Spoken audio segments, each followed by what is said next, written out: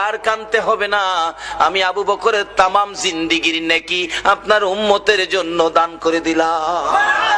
আমার নবী আবু বকরের কথায় মাথা উঠাবে না, আমার আল্লাহ যদি ফায়সালা না দেয় নবী শুনবে না। ওমর ডাকলেন, আমি সব নেকি দান করে দিলাম, মাথা উঠায় না। দুইজন একজনের দিকে আরেকজন তাকায়, এরে আবু বকর।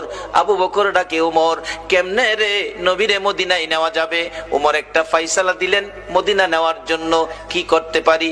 আসো আমরা মদিনার থেকে অনেক সাহাবী মিলে আসি নবীর দরবারে। শত শত সাহাবীরা ডাক দিলে নবী মাথা উঠাবে, সাহাবীদের জন্য নবীর অনেক মায়া আছে। এবার ডাকতেছে ওমর, এরে আবু বকর তুমি ডাক দিলা, আমি ডাক দিলাম, মাথা যখন উঠায় না রে, সাহাবীরা ডাকলে নবী মাথা উঠাবে না। এমন একজন ব্যক্তি, এমন দুইজন ব্যক্তির নাম আমি ওমর বলবো, আমার মন কই তারা ডাক দিলে নবী মাথা উঠাবে। কার কথা বলবি? আবু বকর বলতেছেন। ওমর বলে, এরে আবু বকর আমি একদিন দেখেছি মসজিদে নববীর বারিন্দায় নবীজি বসে আছে।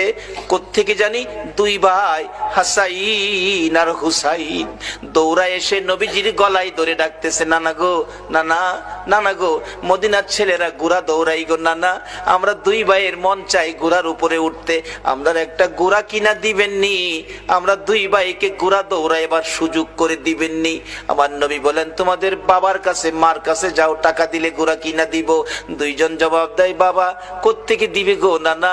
বাবার কাছে বলেছিলাম একটা টাকাও নাই, মার কাছে গিয়েছিলাম, মা বলেন চুলায় আগুন জ্বলে না।